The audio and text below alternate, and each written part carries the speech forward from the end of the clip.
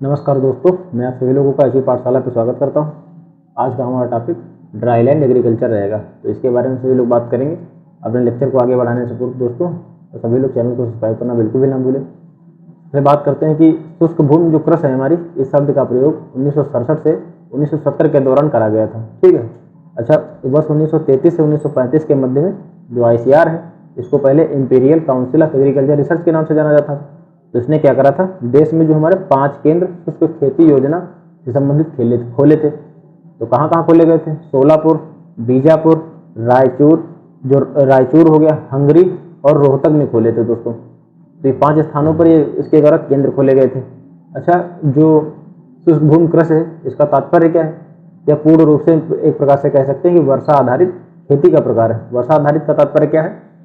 अच्छा, वर्षा यहाँ पर शुष्क भूमि में जैसे वर्षा आधारित जो खेती होगी, उसमें वर्षा चाहे जितनी अधिक हो या फिर कम हो, तो इसी प्रकार यह शुष्क भूमि कृषि कहलाएगी। ठीक है, उसकी मात्रा चाहे जितनी ही क्यों ना हो, पर वहाँ पर एक प्रकार से देखा जाए कि जो सिंचित साधनों का अभाव भी होता है।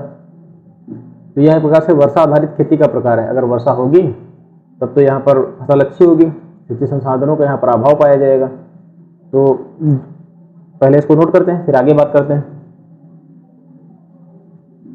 वर्ष 1933, यह फैक्ट बहुत ही महत्वपूर्ण है दोस्तों। वर्ष 1933 से 35 में, वर्ष 1933 और 35 में जो ICR है हमारा, इसको पहले imperial council of research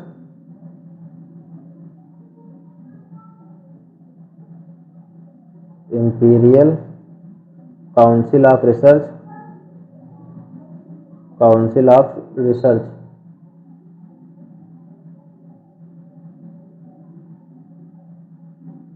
research के नाम से इसको जाना जाता था, के द्वारा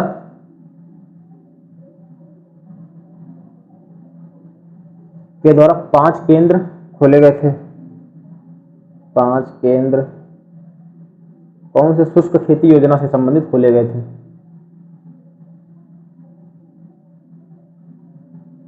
शुष्क खेती योजना से संबंधित खोले गए थे।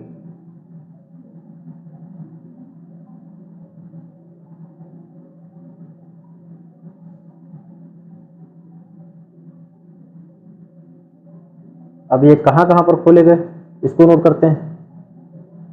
सोलापुर,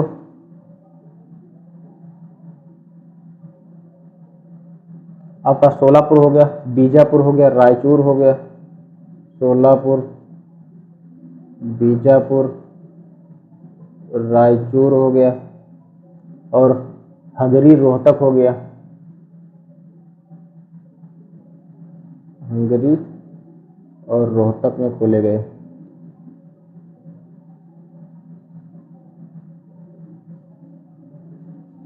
तो ये आपके 5 हो गए दोस्तों। इन 5 स्थानों पर ये शुष्क खेती योजना से संबंधित जो केंद्र थे आपके खोले गए थे। अब इस जो शुष्क हमारी जो शुष्क भूमि कृषि है, इस शब्द का प्रयोग कब किया गया?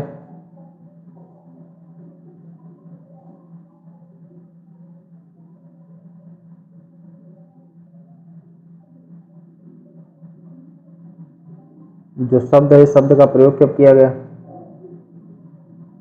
शब्द का यूज कब किया गया? अगर इस यूज की बात करें तो 1967 से 1970 के दौरान।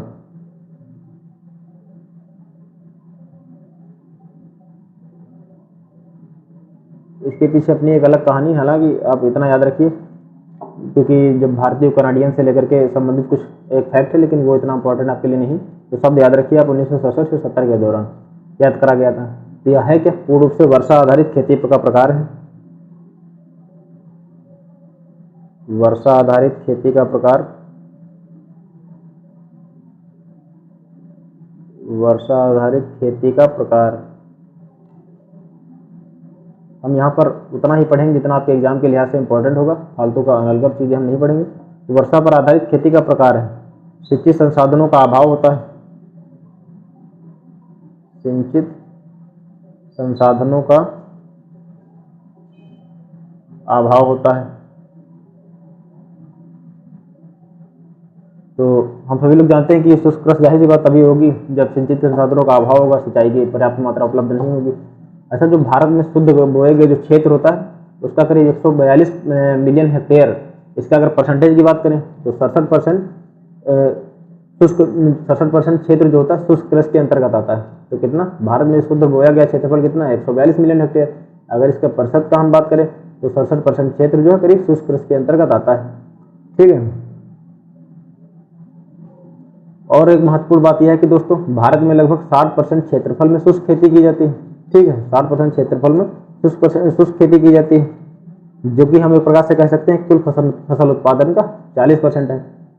हालांकि आंकड़े बदलते भी रहते हैं, खैर तो आप लोग जो करंट के अगर आंकड़े कोई प्रकाशित होते हैं तो उस पर हम बात कर ही लेंगे, लेकिन आप न्यूज़पेपर पर नज़र भी बनाए रखिए। तो अगला हमारा बिंदु क्या है? भारत में शुद्ध बोया गया क्षेत्र। भारत में शुद्ध बोया गया क्षेत्र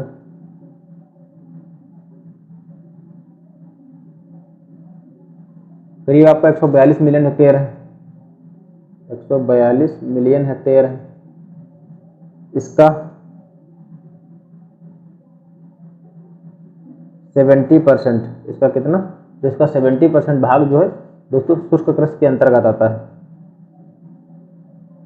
67% क्षेत्र शुष्क कृषि के अंतर्गत आता है।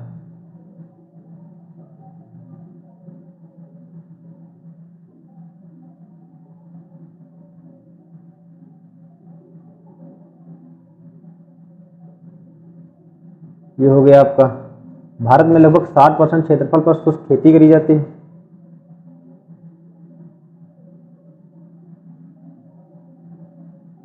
भारत में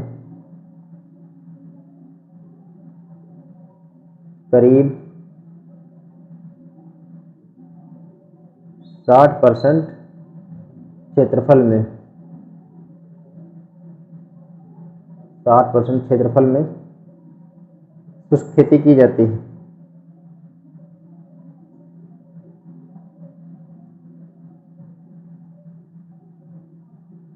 शुष्क खेती की जाती है। भारत में करीब 60% क्षेत्रफल पर शुष्क खेती जो ड्राई लैंड फार्मिंग है आपकी करी जाती है करीब, जिससे कुल फसल उत्पादन का 40% उत्पादित होता है। जिससे कुल फसल उत्पादन का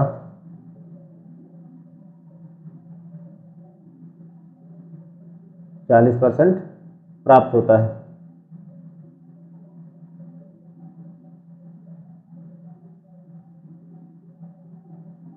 उत्पादित होता है। तो भारत में करीब 60% क्षेत्रफल में शुष्क खेती करी जाती है और जिससे कुल फसल उत्पादन का 40% करीब प्राप्त होता है। अच्छा, जो भारत में दोस्तों कुल खाद्यान्न उत्पादन का करीब 40 से 42% उत्पादन शुष्क कृषि से होता है। जो करीब हमारा कुल खाद्यान्न उत्पादन है तो 40 से 42% शुष्क कृषि से ही प्राप्त होता है। यहाँ पर आपका लिखा हुआ भी कुल फसल उत्पादन का करीब 40% इसी से उत्पादित होता है। कहाँ आप समथिंग आंकड़ा क्या रहेगा आपका? लगभग 40 से 42%। आप इसको भी याद रखिए। कुल खाद्यान्न का भारत में कुल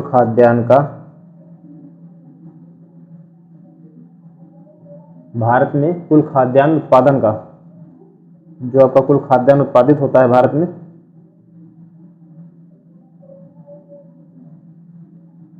कुल खाद्यान्न उत्पादन का 40 से 42%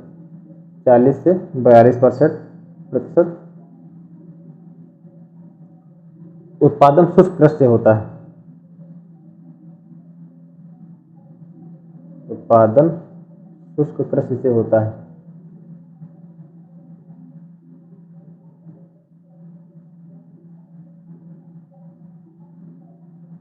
अगली हमारी महत्वपूर्ण बिंदु कौन सा है? अच्छा, भारत में कुल खाद्यान्न उत्पादन का 40 से 42% जो होता है दोस्तों शुष्क कृषि से प्राप्त होता है, जबकि इन क्षेत्रों की औसत उत्पादकता जो होती है 0.5 टन प्रति हेक्टेयर से अधिक नहीं है। आप फिर भी यह गौर करने वाली बात है कि मतलब इनकी 40 से 42% उत्पादन से शुष्क कृषि से होता है। जबकि अगर बात करा जाए इन क्षेत्रों की जो औसत उत्पादकता होती है 0.5 टन प्रति हेक्टेयर से अधिक नहीं होती है। जबकि इसको भी नोट करते हैं, जबकि इन क्षेत्रों की औसत उत्पादकता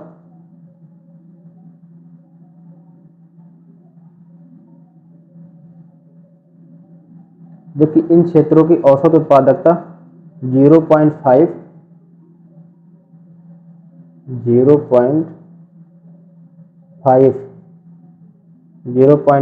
टन प्रति हेक्टेयर से अधिक नहीं है।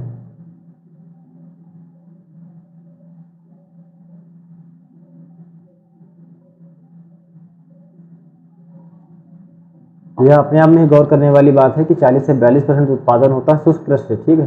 फिर भी जबकि नज़र मतलब काफ़ी इंटरेस्टिंग बात है कि इन क्षेत्रों की जो औसत उत्पादकता 0.5 टन प्रति हेक्टेयर से भी अधिक नहीं है। इसके बावजूद इतना हमें खाद्यान्न उत्पादन होता है शुष्क कृषि से।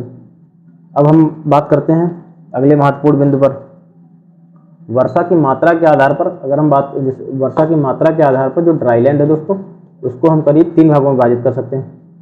किसके आधार पर? तो वर्षा की मात्रा के आधार पर ड्राई लैंड फार्मिंग को 3 भागों में विभाजित किया जा सकता है।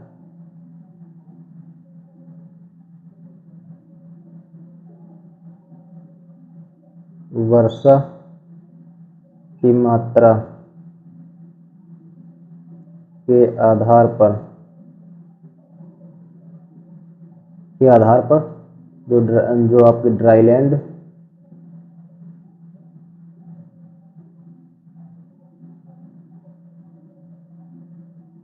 वर्षा की मात्रा के आधार पर ड्राई लैंड फार्मिंग 3 भागों में इसको विभाजित किया जा सकता है। आपकी ड्राई फार्मिंग हो गई, ये आपकी हो गई ड्राई फार्मिंग, बी हो गई आपकी ड्राई लैंड फार्मिंग। अभी एक एक करके हम सभी लोग समझेंगे, पहले इसको नोट कर लेते हैं। ड्राई लैंड फार्मिंग,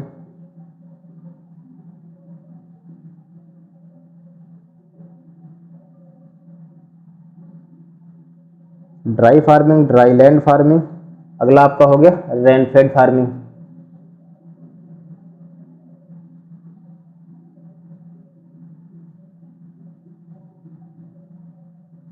तो ये 3 हो गए आपके वर्षा की मात्रा के आधार पर dry farming, dry land farming, rain fade farming. अब हम सभी लोग ड्राई फार्मिंग को समझते हैं। ड्राई फार्मिंग क्या है? तो अब हमारी हेडिंग कौन सी रहेगी दोस्तों? Dry farming. ड्राई फार्मिंग समझते हैं ड्राई फार्मिंग है क्या। तो ड्राई फार्मिंग में दोस्तों जो फसल अवधि के दौरान लंबे समय तक सूखा रहता है, ठीक है। इन क्षेत्रों में ड्राई फार्मिंग क्या किया जाता है? इन क्षेत्रों में वैकल्पिक भूमि उपयोग प्रणाली का सुझाव दिया जाता है कि आप सभी लोग वैकल्पिक भूमि उपयोग का प्रयोग करें, ठीक है, ताकि अच्छे से उपज प्राप्त भी करी जा सके।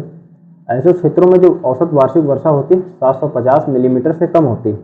तो ड्राई फार्मिंग में यह बहुत ही महत्वपूर्ण बिंदु है कि 750 मिलीमीटर से जो औसत वर्षा होती है कम होती है, इसीलिए यहाँ पर शुष्क खेती अपनाई जाती है, ठीक है। तो इसको नोट करते हैं। अच्छा, इसका क्षेत्रफल जो है खेती योग्य भूमि का करीब 30% एरिया इसका होगा। ड्राई फार्मिंग के अंतर्गत खेती योग्य जो भूमि है करीब 30% इसका शामिल है, इसका क्षेत्रफल।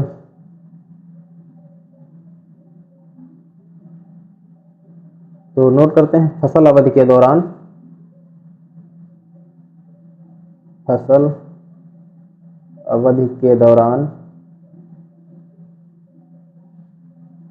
काफी लंबे समय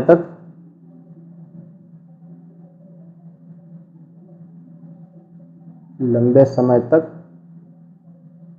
सूखे की स्थिति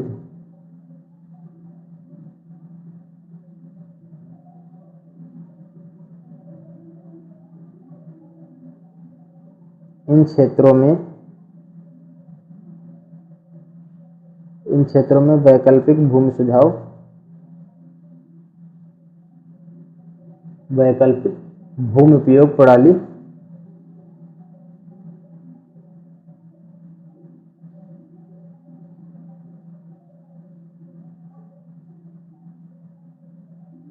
वैकल्पिक भूमि उपयोग प्रणाली का सुझाव दिया जाता है।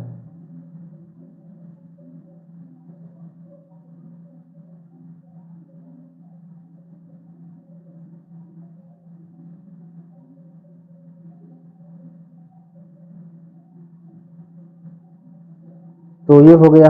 अच्छा, औसत वार्षिक वर्षा कितनी होती है? औसत वार्षिक वर्षा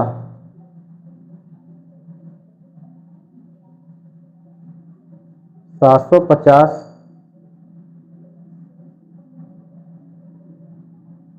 mm से कम। तो यहाँ पर जो औसत वार्षिक वर्षा होती है 750 mm से कम होती है। तो यहाँ पर जो खेती होती है इसका या जो खेती मुख्यतः शुष्क क्षेत्रों में करी जाती है, जो ड्राई फार्मिंग होती है या खेती एक प्रकार से शुष्क क्षेत्रों में करी जाती है, और इनका मुख्य उद्देश्य क्या होता है? नमी का संरक्षण करना होता है। तो यहाँ पर की जाने वाली खेती का मुख्य उद्देश्य, यहाँ पर की जाने वाली खेती का मुख्य उद्देश्य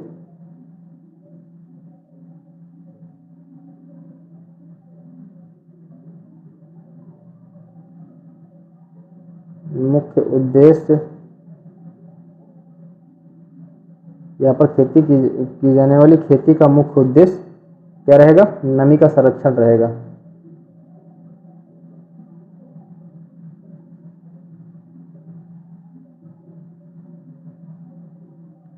एक बार फिर से समझते हैं ड्राई फार्मिंग है क्या। तो यहाँ पर फसल की अवधि के दौरान लंबे समय तक सूखे की स्थिति उत्पन्न रहती।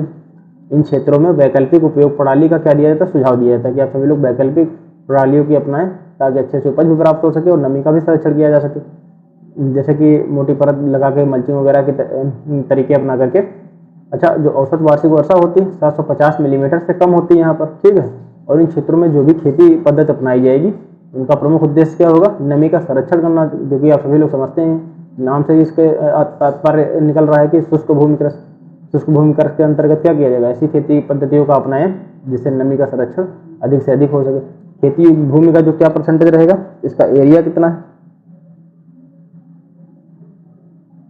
एरिया जो ये 750 मिलीमीटर से कम वर्षा हो रही दोस्तों, इसकी एरिया की बात करें कितना आता है खेती योग्य भूमि का? 30%। खेती योग्य भूमि का 30%, जो खेती योग्य भूमि का 30%, इसके अंतर्गत एरिया इसका शामिल रहेगा। 30%, ये हो गया इसका खेती योग्य एरिया, ठीक है। अब हम सभी लोग ड्राई लैंड फार्मिंग पर बात करते हैं कि ड्राई लैंड फार्मिंग क्या है। तो ड्राई लैंड फार्मिंग के अंतर्गत वार्षिक औसत वर्षा 750 से लेकर के 1150 मिलीमीटर तक होती है। अच्छा, यह एक प्रकार से मध्य श्रेणी की भी वर्षा है। यह किस प्रकार की वर्षा है? तो मध्य श्रेणी की वर्षा है। और इसके अंतर्गत जो क्षेत्रफल कितना शामिल होगा? तो करीब 40%, इसका जो एरिया होगा करीब 40% एरिया होगा। इसे हम क्या कहेंगे? इसे हम शुष्क भूमि या बारानी कृषि, ड्राई लैंड फार्मिंग को सभी लोग शुष्क भूमि या बारानी कृषि भी कहते हैं। और खेती के लिए एक प्रकार से यह एक प्रकार का महत्वपूर्ण उपाय भी साबित हो सकता है। यहाँ पर जो मिट्टी पाई जाएगी विशेषकर काली मिट्टी में, जो काली मिट्टी होती है यहाँ पर विशेष रूप से जल निकास की उचित आवश्यकता होती है, उसमें दरारें वगैरह पाई जाती हैं। तो ड्राई लैंड फिर से बात करते हैं, समझते हैं इसको एक बार। औसत वार्षिक वर्षा कितनी होगी? 750 लेकर के 1150 mm तक होगी। यह एक प्रकार से जो इतनी वर्षा की मात्रा है यह मध्य श्रेणी की वर्षा के अंतर्गत शामिल होगा। मैं बाद में लास्ट में एक चार्ट बनवा दूंगा आपको, एरिया वहाँ पर लिखा होगा, वर्षा कितनी मात्रा रहेगी, और तो ये सब नोट करके दे दूंगा। तो 750 लेकर से 750 से लेकर के 1150 मिलीमीटर तक वर्षा यहाँ होती है। यह एरिया कितना होगा? करीब 40% एरिया होगा। तो इसको हम सभी लोग शुष्क बारानी कृषि के नाम से भी जानते हैं। खेती के लिए एक प्रकार से यह महत्वपूर्ण उपाय साबित हो सकता है। यहाँ पर जो काली मिट्टी होगी उसमें विशेष रूप से जल निकास की हमें आवश्यकता भी होगी। तो यह जो खेती होगी मुख्यतः यह खेती कहाँ करी जाती है? तो अर्ध शुष्क क्षेत्रों में खेती करी जाती है, जिसका मुख्य उद्देश्य होगा नमी संरक्षण करना। तो यह खेती कहाँ की जाएगी? तो जो अर्ध शुष्क क्षेत्र है वहाँ पर इसकी खेती की जाएगी, और यहाँ पर जो पद्धतियाँ अपनाई जाएंगी उनका मुख्य उद्देश्य क्या होगा? नमी का संरक्षण करना होगा। तो अब सब एक एक करके इस बिंदु को नोट करते चलते हैं। तो ड्राई लैंड फार्मिंग, अगली हेडिंग हमारी क्या है? ड्राई लैंड फार्मिंग,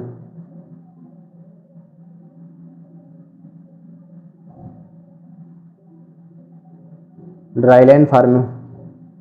तो औसत वार्षिक वर्षा कितनी होगी यहाँ पर? औसत वार्षिक वर्षा, औसत वार्षिक वर्षा की अगर हम बात करें तो 750 लेकर के 750 लेकर से 1150 mm, 1150 mm, ये हो गई औसत वार्षिक वर्षा। एरिया खेती योग्य भूमि का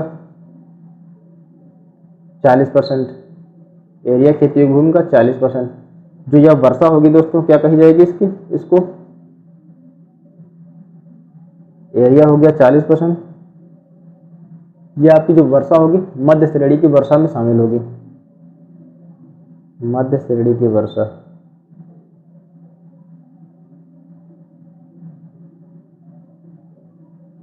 ये हो गई। इसे हम शुष्क भूमि या बारानी कृषि के नाम से भी जानते हैं। इसे हम शुष्क भूमि, इसे हम क्या कहेंगे? शुष्क भूमि या फिर बारानी कृषि कहते हैं।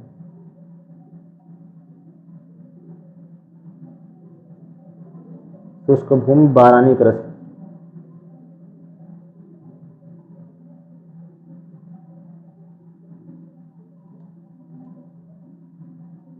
जहाँ पर काली मिट्टी होगी उसमें उचित जल निकास की आवश्यकता होती है। काली मिट्टी में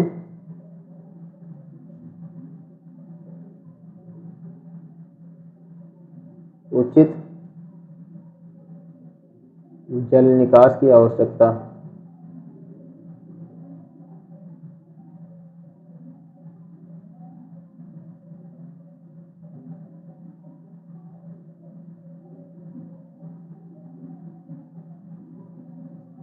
तो यह खेती मुख्य रूप से अर्धशुष्क क्षेत्रों में करी जाती है।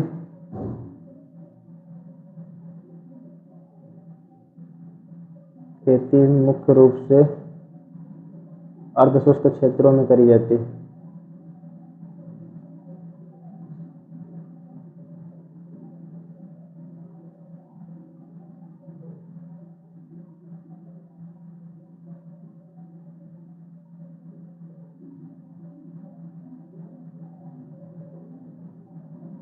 खेती मुख्य रूप से अर्धशुष्क क्षेत्रों में की जाती है। और इसका उद्देश्य क्या होगा? मुख्य उद्देश्य एक प्रकार से हम कह सकते हैं कि नमी का संरक्षण करना ही होगा।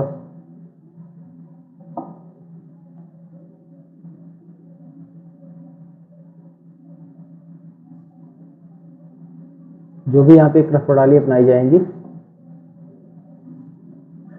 उद्देश्य नमी संरक्षण।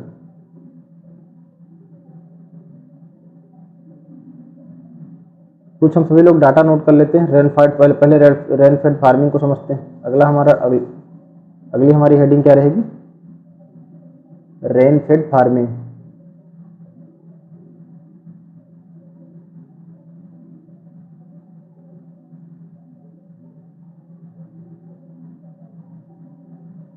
तो रेनफेड फार्मिंग पर बात करते हैं इनकी। और यहाँ पर जो रेनफेड फार्मिंग वाला एरिया होगा वहाँ पर जो औसत वार्षिक वर्षा होती 1150 मिलीमीटर से अधिक होती। अच्छा, 1150 मिलीमीटर से लेकर के 2000 मिलीमीटर के मध्य जो एरिया होगा करीब 20% का होगा। तो जो जहाँ पर 1150 मिलीमीटर से अधिक या फिर 1150 मिलीमीटर से लेकर के 2000 मिलीमीटर तक जहाँ वर्षा होती है वो एरिया क्या कहलाएंगे? आपके रेनफेड फार्मिंग एरिया कहलाएंगे। ठीक है, यह मुख्यतः अर्ध आर्द्र या फिर आर्द्र क्षेत्रों में की जाती है। इन प्रकार की जो खेती पद्धति अपनाई जाएंगी अर्ध आर्द्र व जो आर्द्र क्षेत्र होंगे आपके उनमें करी जाती है, जिसका मुख्य उद्देश्य हम कह सकते हैं कि जल निकास भी होगा। ठीक है, यह मुख्य रूप से ह्यूमिड वाले इलाके में शामिल होते हैं। तो इसको नोट करते हैं। औसत वार्षिक वर्षा,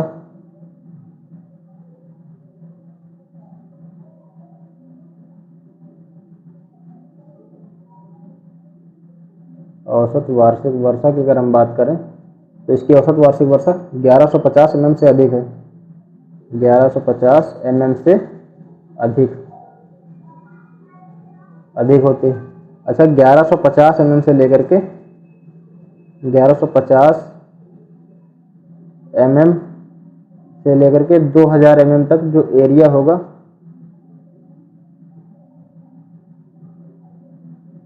करीब 20% होगा आपका। ठीक है, करीब 20% एरिया होगा। कहाँ करी जाती? तो अर्ध आर्द्र व आर्द्र क्षेत्रों में। खेती मुख्यतः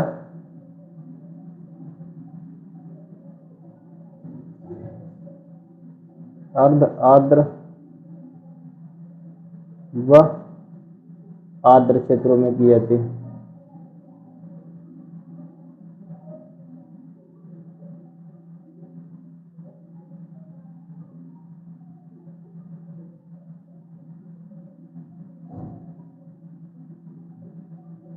खेती मुख्य रूप से अर्ध आर्द्र व आर्द्र क्षेत्रों में की जाती है। इनका एरिया करीब आपका 20% हो गया। अच्छा, एक फैक्ट और नोट करते हैं, जहां 2000 से अधिक वर्षा होगी उसका एरिया करीब 8% है।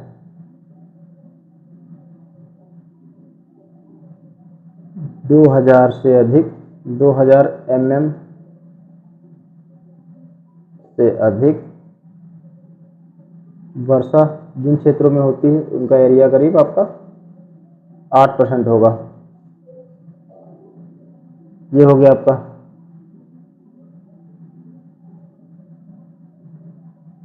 अब कुछ फैक्ट है उसको नोट करते हैं। जैसे शुष्क क्षेत्र है आपके, शुष्क क्षेत्र के प्रतिवर्ष के हिसाब से 10 इंच या फिर 25 सेंटीमीटर से कम वर्षा होती है। जो शुष्क क्षेत्र होते हैं प्रतिवर्ष की अगर हम बात करें तो 10 इंच से लेकर के उसको सेंटीमीटर की अगर हम बात करें तो 25 सेंटीमीटर से कम वर्षा होती है।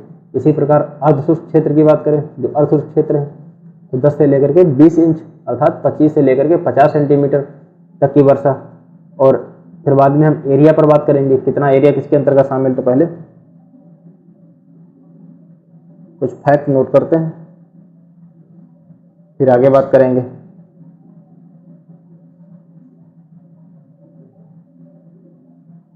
तो शुष्क क्षेत्र,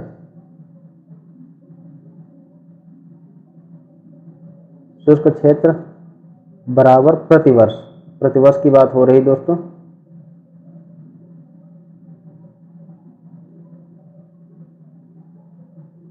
बराबर प्रतिवर्ष तो 10 इंच 25 सेंटीमीटर से कम वर्षा। शुष्क क्षेत्र प्रतिवर्ष के लिहाज से 10 इंच अर्थात 25 सेंटीमीटर से कम वर्षा होती है। और अर्धशुष्क की बात करें अगर हम, ये तो हो गया आपका शुष्क क्षेत्र। इसी प्रकार अर्धशुष्क क्षेत्र, अर्धशुष्क क्षेत्र अर्धशुष्क क्षेत्र पर अगर हम नजर डालें तो कितना रहेगा प्रतिवर्ष के लिहाज से? 10 से लेकर के 20 इंच। सेंटीमीटर की बात करें तो 25 से लेकर के 50 सेंटीमीटर से कम वर्षा रहेगी। अब एरिड, सेमी एरिड, इन सब पर बात करते हैं। तो एरिड के अंतर्गत आपका कितना एरिया शामिल है? तो 50.94 मिलियन हेक्टेयर करीब शामिल होगा। सेमी एरिड की बात करें तो 122.52 मिलियन प्रति हेक्टेयर की दर से इसका एरिया करीब शामिल है दोस्तों। ड्राई सब ह्यूमिड की बात करें, जो ड्राई सब ह्यूमिड के अंतर्गत कितना एरिया आपका? तो 75.42 मिलियन हेक्टेयर। उसी प्रकार टोटल एरिया लैंड आपका कितना है? तो 248.88 मिलियन हेक्टेयर।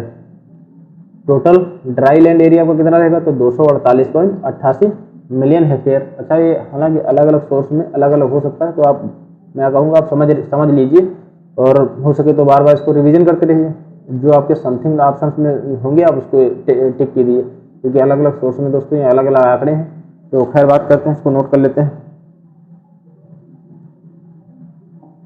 क्योंकि अलग अलग जो सोर्स हैं दोस्तों अलग अलग आधार वर्ष बनाते हैं, इसी के लिहाज से थोड़ा डिफरेंस देखने को मिलता है। तो एरिड के अंतर्गत कितना एरिया रहेगा? 50.94 मिलियन हेक्टेयर। ठीक है। सेमी एरिड 122.52 मिलियन हेक्टेयर हो गया आपका। सेमी एरिड के अंतर्गत 122.52 मिलियन हेक्टेयर हो गया। ड्राई सब ह्यूमिड की अगर हम बात करें, ड्राई सब ह्यूमिड, ड्राई सब ह्यूमिड के अंतर्गत 75.42 मिलियन हेक्टेयर। टोटल जो टोटल आपका कितना रहेगा,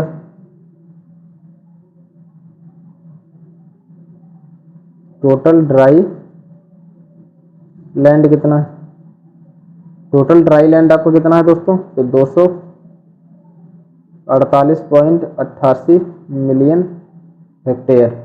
टोटल ड्राई लैंड आपका 248.88 मिलियन हेक्टेयर एरिया हो गया। एरिड आपका करीब 21% है, सेमी एरिड आपका करीब 49% और ड्राई सब ह्यूमिड आपका करीब 30% है दोस्तों।